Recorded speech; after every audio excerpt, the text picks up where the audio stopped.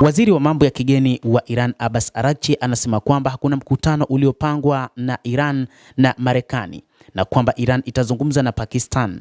Waziri huyo wa mambo ya kigeni wa Iran amesema Iran imesema Rais Donald Trump amewatuma wajumbe maalum Steve Witkoff na Jared Kushner mjini Islamabad, Pakistan kushiriki katika mazungumzo na Araghchi. Maafisa wawili wa Marekani waliambia CNN, lakini kwa mujibu wa Araghchi ni kwamba hakuna mazungumzo ambayo yatafanyika na yeye.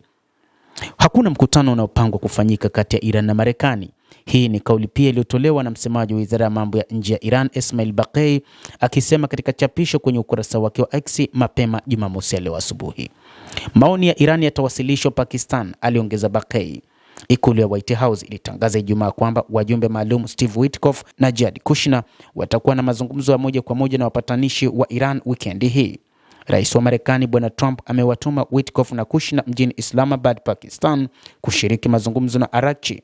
Msemaji wa ikulu ya White House Caroline Leavitt alithibitisha wa Iran walifikia kama rais alivyowataka wafanye na wakauliza mazungumzo haya ya ana kwa ana. Alisema tuna matumaini kuwa yatakuwa mazungumzo yenye tija ambayo kwa matumaini yatasogeza mpira mbele kwa makubaliano, anasema msemaji wa ikulu ya White House Caroline Leavitt.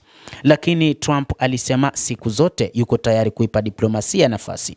Tunatumai maendeleo yatapatikana, anasema Leavitt. Leavitt baadaye alithibitisha kwamba kama Rais JD Vance atahudhuria katika mazungumzo hayo na atafuatilia tu kwa mapana. Hata hivyo, Iran imesema hakutakuwa na mazungumzo hayo kama ambavyo imetajwa na Marekani. Hata hivyo, Marekani ilidhani kwamba wakati huu Iran imekubaliana na mipango yake yote, lakini kwa mujibu wa taarifa iliyotolewa na Wizara ya Mambo ya Kigeni ya Iran ni kwamba mazungumzo hayo yanaendana na ziara ambayo wakati huu Waziri wa Mambo ya Kigeni wa Iran Abbas Araghchi anaifanya wakati huu kuelekea Pakistan, baadaye kuelekea Oman na hatimaye Moscow. Hata hivyo, Marekani inaamini kwamba Iran itatoa ofa inayolenga kukidhi matakwa ya Marekani, Trump aliliambia shirika la habari la Reuters. Trump alisema siku ya Ijumaa kuwa Iran inapanga kutoa ofa inayolenga kukidhi matakwa ya Marekani, huku mazungumzo ya amani yakitarajiwa kuanza tena nchini Pakistan. Wanatoa ofa na itabidi tuone, Trump alisema wakati wa mahojiano. Trump alisema bado hajajua ofa hiyo itakuwa ni nini. Amekuwa akisisitiza kwamba makubaliano yoyote ni pamoja na Iran kuachana na uranium iliyorutubishwa na kuruhusu uhuru wa usafirishaji wa mafuta kupitia katika mlango wa bahari wa Hormuz. Baadaye Ijumaa jioni, ujumbe wa Iran uliwasili Pakistan, vyanzo viwili vya serikali ya Pakistan viliambia Reuters.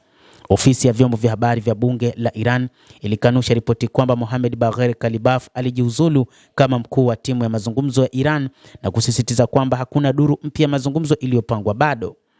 Hapo awali, waziri wa mambo ya nje wa Iran Abbas Araghchi alitazamiwa kukutana na wapatanishi wa Pakistan kabla ya kusafiri kwenda Oman. Timu za Pakistan zimeripotiwa kuamini kuwa mkutano huu utapokewa duru nyingine ya mazungumzo kati ya mataifa hayo mawili yenye nguvu. Shirika la habari la CNN limeripoti hapo awali likinukuu vyombo vya habari vya Iran na chanzo cha Marekani kwamba wapatanishi wa Iran watafanya mazungumzo na ujumbe wa Pakistan siku ya Ijumaa, lakini si na wawakilishi wowote wa Marekani.